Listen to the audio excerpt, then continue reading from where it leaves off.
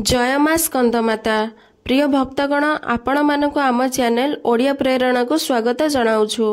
आज नवरात्रिर पंचम दिन माँ दुर्गा स्वरूप माँ स्कंदमाता को समर्पित। जा देवी सर्वभूतेषु माँ स्कंदमाता रूपेण संस्कृता।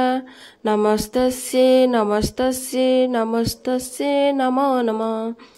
स्कंद कुमार तथा कार्तिकेय माता हेबा कारणरू देवी को स्कंद माता कहुए। माता स्वरूप अत्यंत ममतामयी स्नेही। भगवान स्कंद तांको कोଳରେ एक शिशु रूप में बसिछंती। स्कंद माता विशुद्ध चक्रर अधिष्ठात्री देवी। देवींकर चारोटी भुजा अछि। डाहाण पार्श्वर उपर भुजारे माता स्कंद को कोଳରେ धरिछंती एवं तल भुजारे पद्म फूल सुसज्जित। उपर बाम पार्श्व भुजा बर मुद्रारे रहिथिबा बेले तल भुजारे पद्म फूल रहिछि। मातांक वर्ण श्वेत रंगर होइथिबा बेले माता पद्म फूलर पाखुड़ारे बसिछंती। सेथिपाई माँ को पद्मासना मध्य कुहाଯାଏ। माँ का अन्य नाम पार्वती, गौरी एवं उमा। माँ का बाहन सिंह। स्कंद मातांकर भक्ति भावरे श्रद्धा पूर्वक पूजा करने द्वारा संतान सुख प्राप्ति होइथाए। एहा सह संतान को प्रत्येक खराब प्रभावरू माता रक्षा करिथांती एवं संतान को दीर्घायु करिथांती। आसंतु शुणिबा मातांक पौराणिक व्रत कथा। तारकासुर नामक राक्षस तीन लोकरे अत्याचार करुथिला।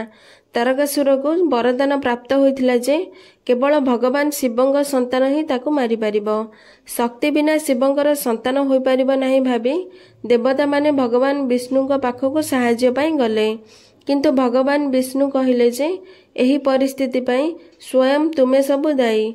जदि तुमे समस्त दक्ष प्रजापति यज्ञ रे शिवंग बिना अंशग्रहण करि नथांत तेबे देवी सती तांको शरीर छाड़ी नथांते।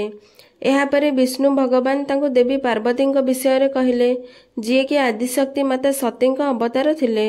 एहा परे भगवान शिव देवी पार्वती को विवाह करिथिले।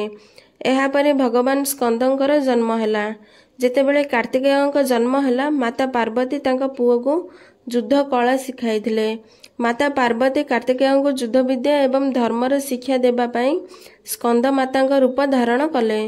शेषरे कार्तिकेय तारकासुर को वध करी देवता मानक मुक्त करिथिले। वैदिक ग्रंथरे लेखा अछि जे स्कंद माता को पूजा करिबा द्वारा भक्त को ज्ञान एवं विवेक प्राप्त होइथाए।